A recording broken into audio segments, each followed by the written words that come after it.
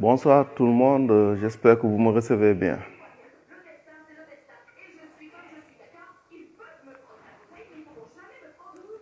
Bonsoir, j'espère que vous me recevez bien.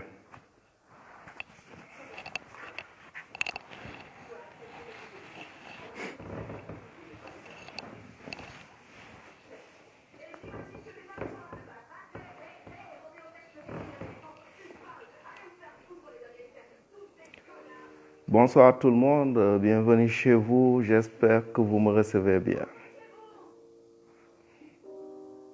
Très heureux d'être connecté avec vous aujourd'hui, ce soir, pour partager avec vous sur ce thème d'une importance capitale.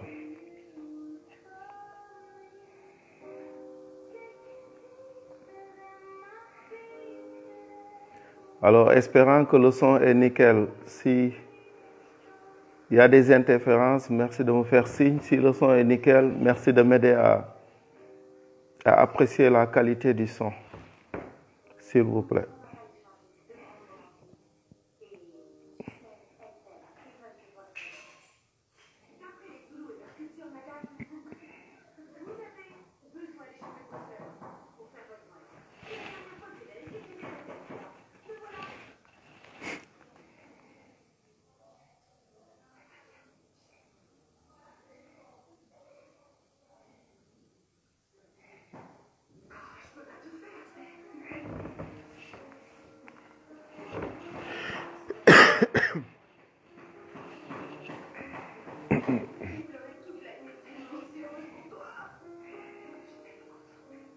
Alors, bonsoir à tout le monde. Je pense que nous pourrons démarrer apparemment. Parfait, mon cher ami Khalifa Diaby. Merci à tout le monde. Merci à Modou Baïfal Diong, Ousseynou Sarr. Merci mon frère Ousseynou. Cher ami, merci beaucoup. Merci, c'est vraiment gentil. Merci. Khalifa, big up le grand professeur. Merci. Big up au grand boss aussi.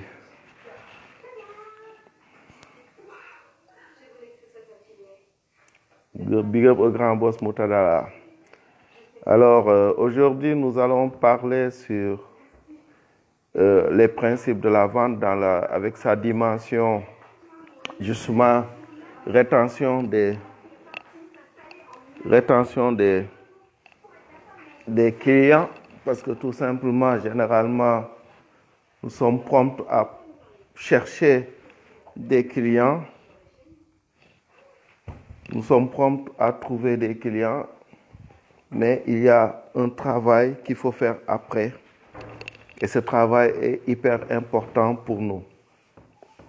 Alors, d'emblée, je vais accentuer ma réflexion sur les principes de la vente d'abord, et après, par la suite, m'appesantir un peu sur justement le suivi de la clientèle. Permettez-moi d'abord de me présenter. Mon nom, c'est Taïbo Diatta, je suis coach formateur. Alors, justement, très heureux de partager aujourd'hui avec vous sur ce thème. Alors, si vous voulez, on va dire que, en fait, la vente obéit à un certain nombre de principes.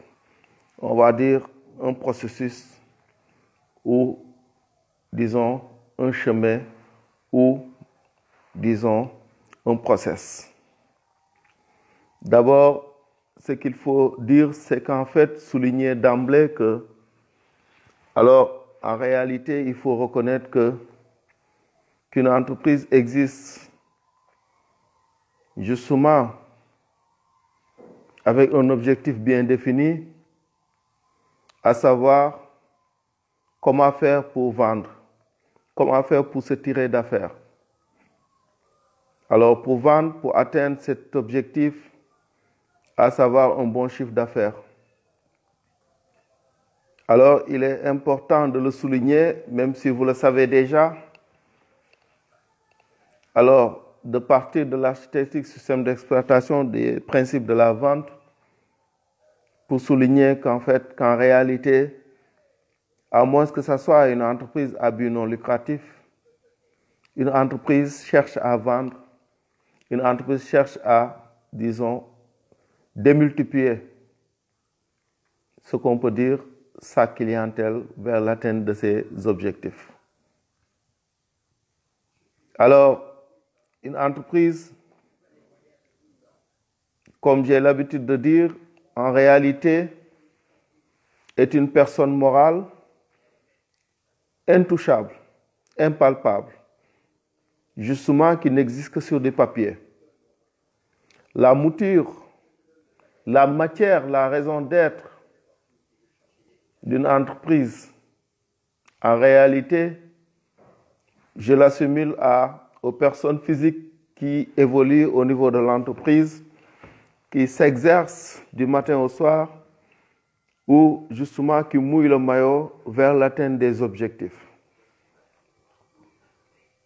Alors, de ce fait, ces différentes personnes qui se retrouvent, alors sont, en d'autres termes, cette matière ou cette substance qui, à un certain moment, fera la différence vers l'atteinte des objectifs, autrement dit vers, disons, un bon chiffre d'affaires.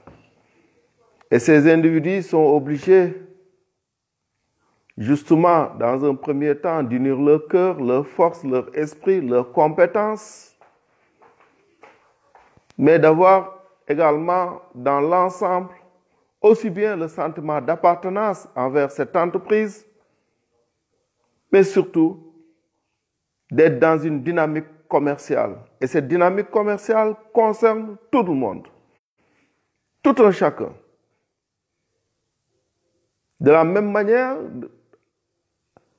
empruntant l'esprit de Elton Mayer dans la théorie des relations humaines, qui souligne que l'entreprise est une interaction dynamique d'hommes et de femmes où même le gardien a son mot à dire.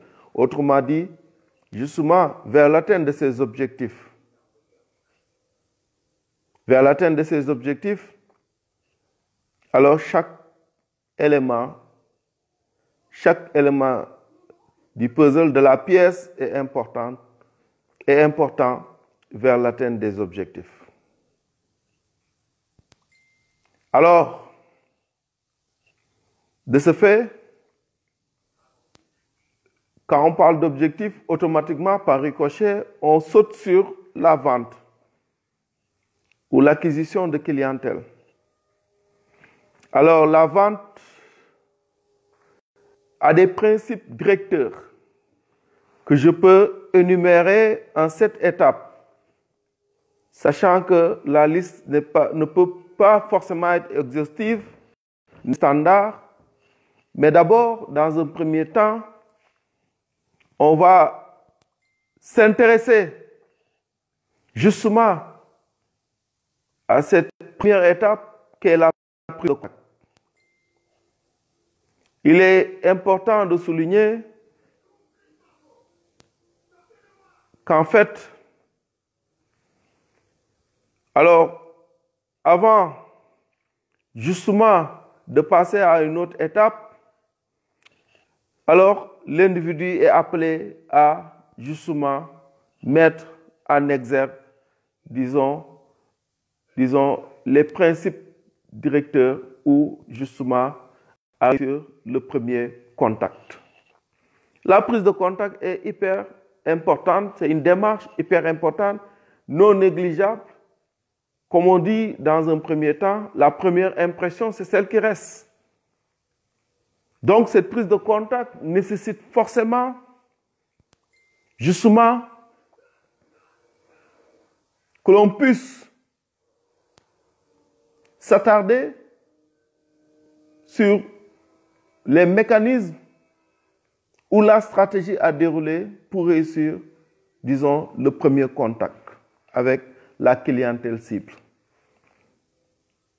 Alors donc, la prise de contact est un élément indispensable que nous négligeons bien souvent dans les entreprises, pour quelque raison que ce soit.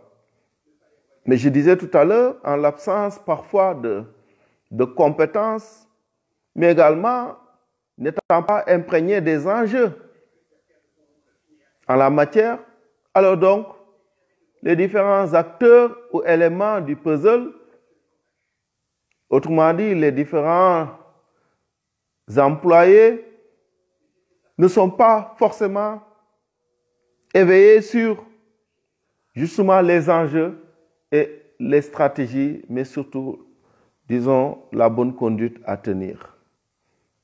Autant réussir d'abord la prise de contact, alors autant également, au moment de la prise de contact, démontrer une preuve de professionnalisme sans commune mesure. Impressionner, aussi bien dans l'argumentaire, mais aussi dans l'approche et aussi bien, disons, dans la communication digitale s'il s'agit d'un mail, pour appuyer.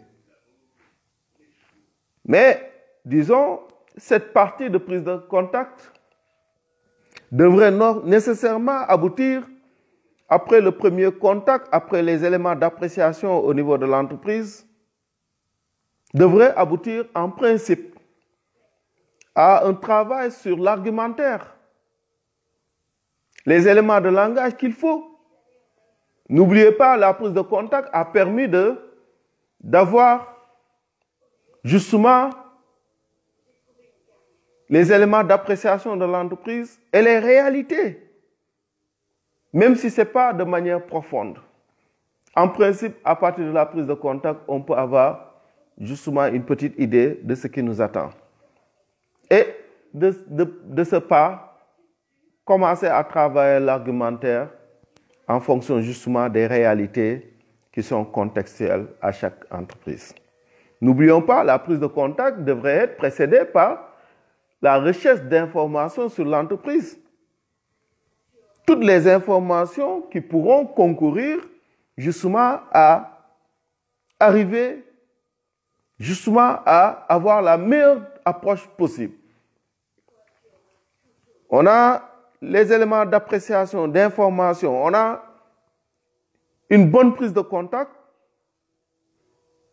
on a développé un argumentaire en fonction justement de nos objectifs, en fonction aussi des réalités contextuelles de l'entreprise. Alors de ce pas, on va essayer, disons, de formuler un objectif commercial. Un objectif commercial que l'on peut assimiler ou, on va dire, justement, pour être un peu plus clair, un objectif commercial en phase avec les réalités de cette entreprise, sachant que nous avions formulé un objectif commercial global, disons, une dynamique globale à atteindre. Alors, à partir de ce moment, alors si nous parvenons justement à formuler un objectif commercial, nous pourrons, à partir de ces éléments d'appréciation, disons de ce travail qui a été fait, aboutir à l'étape de la négociation commerciale avec des arguments solides. Aucun détail ne sera négligé. Je dis bien aucun détail parce que tout simplement, nous sommes dans une dynamique de gagner, pas de figurant. Alors, à partir de ce moment, l'étape de la négociation, justement, nécessite une bonne préparation. Également, les éléments de langage qu'il faut. Une bonne connaissance de l'entreprise, de ses réalités, de ses atteintes. On va revenir sur ça. Et surtout, n'essayez pas uniquement de vous appesantir sur ce qu'on peut appeler les caractéristiques de votre produit, mais rangez-vous sur les attentes, et je dois dire même les attentes spécifiques de votre clientèle cible, de votre client cible. Alors, après l'étape de la négociation, si on a bien négocié, si on a pu convaincre, si on a pu répondre aux attentes de la clientèle cible, nous pourrons justement après aboutir à la conclusion, conclure la vente. Conclure la vente, c'est là où j'interviens pour dire, en fait, voilà ce qui m'intéresse le plus à ce niveau. Parce qu'à partir de ce moment, il arrivera ce qu'on appelle un travail à faire pour maintenir la relation commerciale. C'est là où généralement on a un problème dans la vente. Parce que généralement les entreprises en Afrique, je ne vais pas stigmatiser, mais il faut le dire aussi, généralement se limitent à vouloir convaincre pour avoir des clients, mais après, justement, le service après-vente, maintenir la relation clientèle, justement, ce n'est pas vraiment leur fort ou leur préoccupation. On nous a appris dans les premiers pas du marketing qu'il est plus facile de perdre un client que d'en trouver. Et dès lors, la relation qui vise à maintenir la relation commerciale, alors elle est hyper importante pour la survie de l'entreprise. Si on parle de prospérité d'une entreprise, si on parle d'une entreprise qui parvient à gravir les échelons, c'est parce que justement la clientèle augmente, c'est parce que justement la commande augmente, c'est parce que justement il y a une forte demande. Alors cette forte demande ne peut pas uniquement résulter de la capacité de l'entreprise à trouver des débouchés, mais demande également le maintien de la relation commerciale. Autrement dit, justement aboutir à ce qu'on peut appeler le maintien de la relation d'affaires. Alors, dans ce qu'on peut appeler les étapes de la négociation commerciale,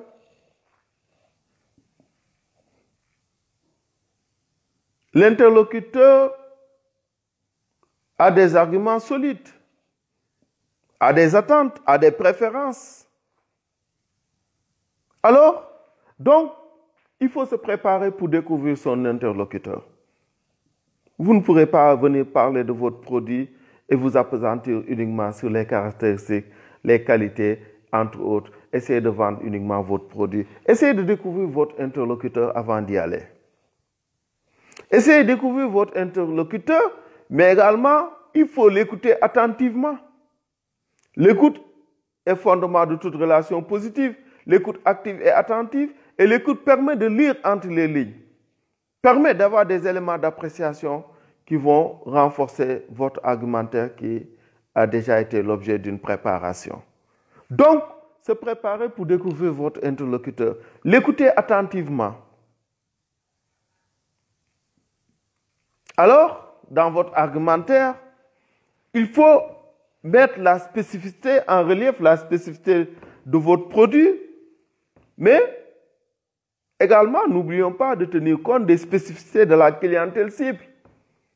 Vos spécificités, vos préoccupations ne sont pas forcément les mêmes que la clientèle cible. Et donc, du coup, si on parvient à faire ce travail, nous pourrons nous accorder avec, justement, le client cible. Alors, il est facile de s'accorder avec un client cible.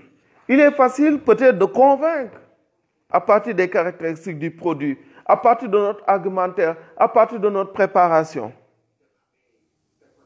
Mais la dynamique voudrait que l'on puisse maintenir justement la relation clientèle. Et ce qui est important à souligner, c'est que généralement, vous voyez dans des entreprises où vous y allez, automatiquement, vous êtes justement vous êtes dégoûté. En fait, vous voyez en face de vous, justement, des employés qui vous dégoûtent. Parce que tout simplement, aussi bien l'accueil n'est pas des meilleurs, mais également le maintien de la relation clientèle, on dirait qu'il est abonné absent. L'on se limite bien souvent à vouloir vous vendre, à vouloir, disons, vous forcer un produit et après le reste, ce n'est pas le problème. Alors que, en réalité, il est facile de faire un client. Donc, écoutez constamment vos clients. Donnez-leur du crédit, du respect, de l'écoute active et attentive. Écoutez vos clients, mais également, retenez que l'acquisition d'un client nécessite un grand effort. Mais cet effort n'est pas le seul objectif de l'entreprise. La rétention est beaucoup plus importante que l'acquisition de clients. D'ailleurs, la force d'une entreprise peut résider à ce niveau. Au lieu de s'appesantir en croyant que votre force, la force d'une entreprise, c'est d'aller chercher des clients. Donc, la rétention est aussi importante pour une entreprise qui grandit. Et c'est justement une entreprise qui veut croître, justement, mais surtout celle qui veut réussir à garder sa clientèle, a intérêt à travailler sur, disons, le maintien de la relation et, disons, à entretenir la relation clientèle, on va dire. Alors, justement, c'est ce qui fait que dans certaines entreprises, on assiste à une montée de la politique de rétention. Parce que c'est des entreprises qui ont compris les enjeux. La survie des entreprises ne dépend pas, à mon humble avis, de l'application de la méthode Kaizen. Il faut, au-delà, justement, mettre l'accent également sur, justement, la relation clientèle. La gestion de cette relation. Malheureusement, bien souvent, parfois même, vous avez, ironie du sort, parfois vous avez l'impression que dans les entreprises, on cherche le maximum possible à vous convaincre à acheter, mais après, ce qui va se passer, c'est qu'en fait, on va se moquer de vous parce que tout simplement, vous n'aurez pas une oreille attentive, vous n'aurez pas de répondant et à la limite, vous êtes ridicule quand vous faites une réclamation. Alors que dans les principes, dans les règles de l'art, alors les choses ne devraient pas se passer ainsi. Alors, nous allons essayer de ce fait d'établir un programme de fidélité et de mesurer son succès. Ce qui est une étape incontournable. Nous devons réfléchir au-delà de trouver comment trouver des clients, de notre capacité à trouver. Alors nous devons établir un programme de fidélité et mesurer son succès. Il est important de travailler sur la fidélité.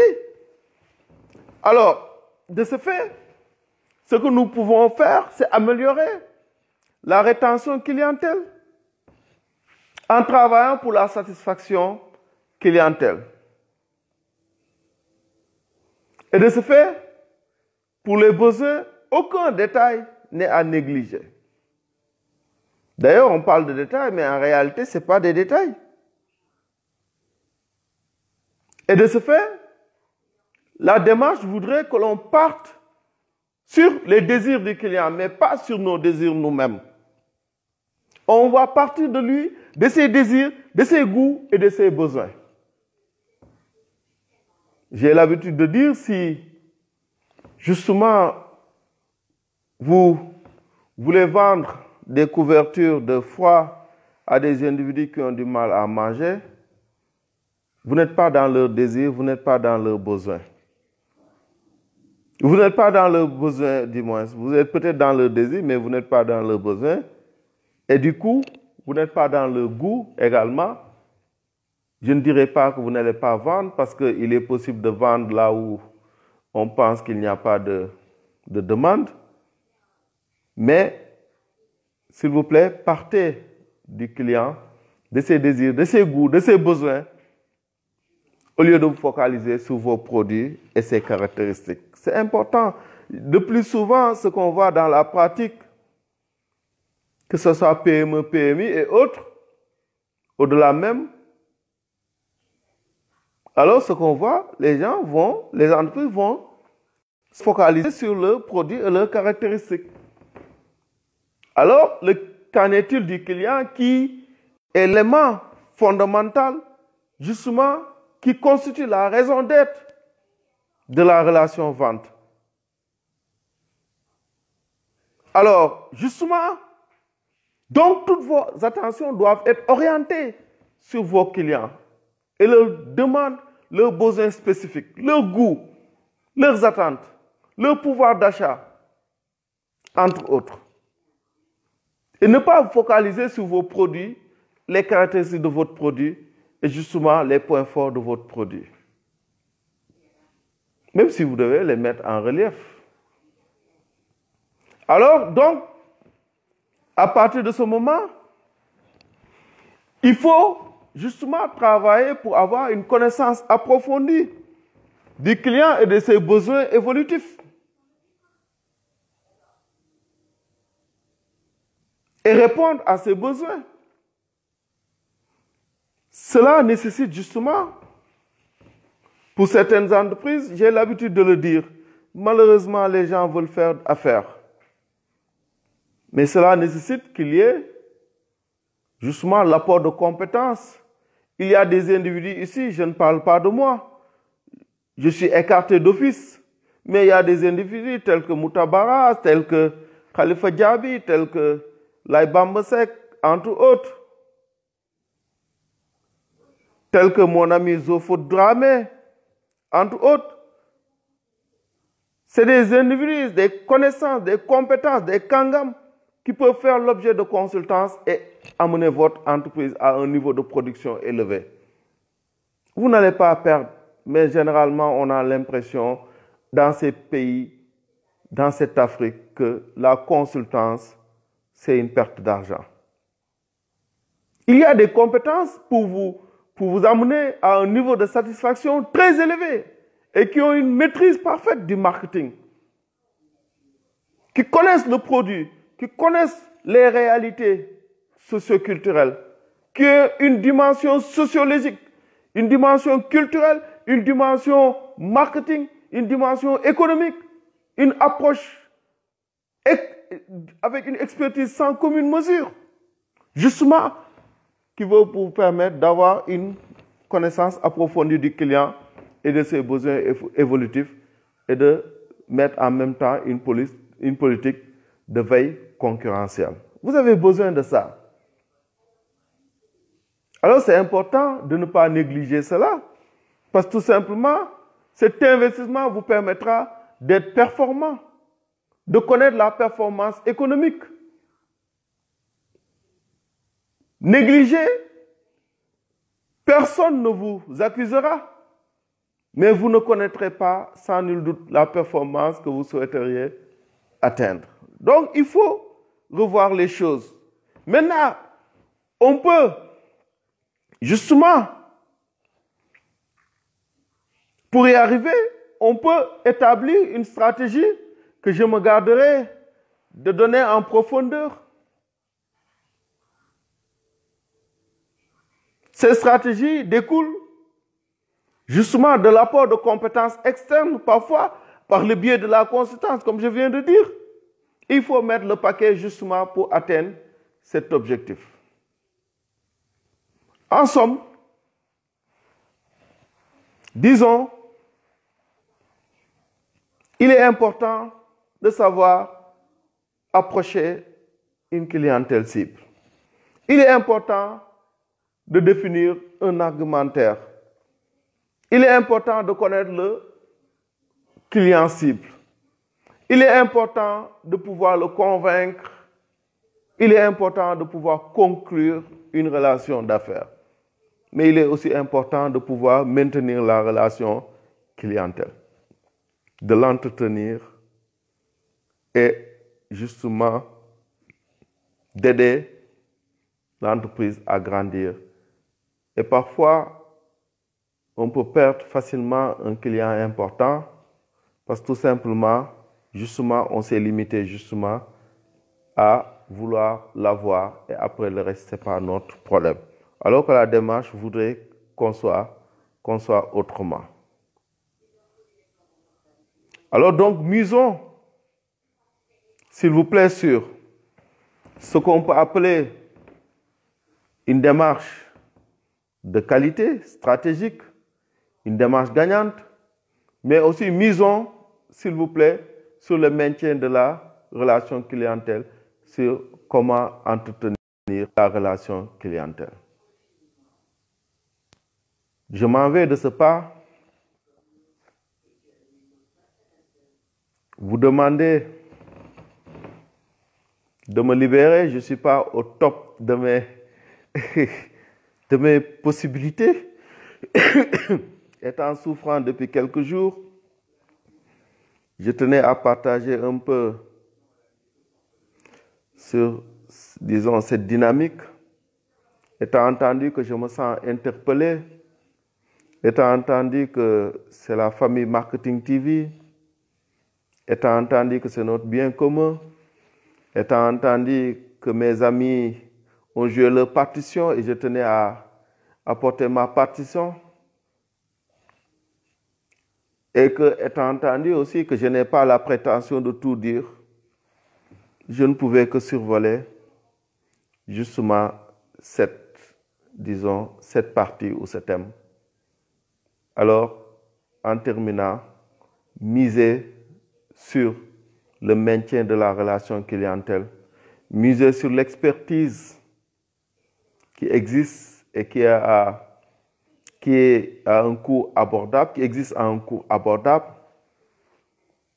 miser sur l'expérience de ces individus, miser sur leur intégrité, leur transparence, le sens élevé de l'éthique, des responsabilités,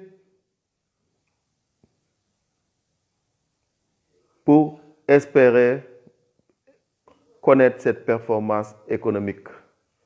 Et j'en suis sûr, au regard de leur background, vous pourrez atteindre cet objectif.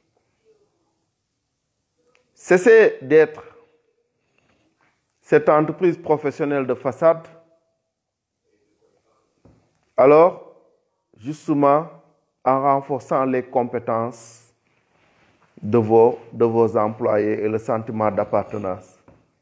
Et des individus qui sont dans cette dynamique, dans cette chaîne dynamique, qui œuvrent pour justement la performance économique, vous voudront bien, sans nul doute, se prêter à vos, disons, à votre demande pour justement atteindre cet objectif ou cette performance économique. Je m'en vais terminer avec mes deux citations que j'ai créées. La première, la capacité de progression des individus repose entre les mains des individus eux-mêmes. Bibete, la parole enseigne, l'action entraîne des changements positifs. Deuxième citation, quand votre lumière décide de briller, si vous refusez, c'est se faire violence. Alors je rends grâce à Dieu, l'omnipotent, l'unique, l'absolu, le seul maître qui m'a permis d'échanger avec vous, sachant que je ne sais rien et que je lui ai demandé, il m'a donné ce dont j'ai besoin pour faire ce travail qui me nourrit depuis des années. Gloire à Allah, je vous remercie. Merci d'avoir pris votre temps précieux pour m'écouter. Il fait tard. Si j'ai déçu, je suis vraiment désolé. mon état de santé n'est pas au top, mais tout de même, je tenais à partager avec vous, dans le plus grand respect. Recevez mes salutations distinguées. Merci à tout le monde. Merci et bonne soirée, bonne nuit. Merci.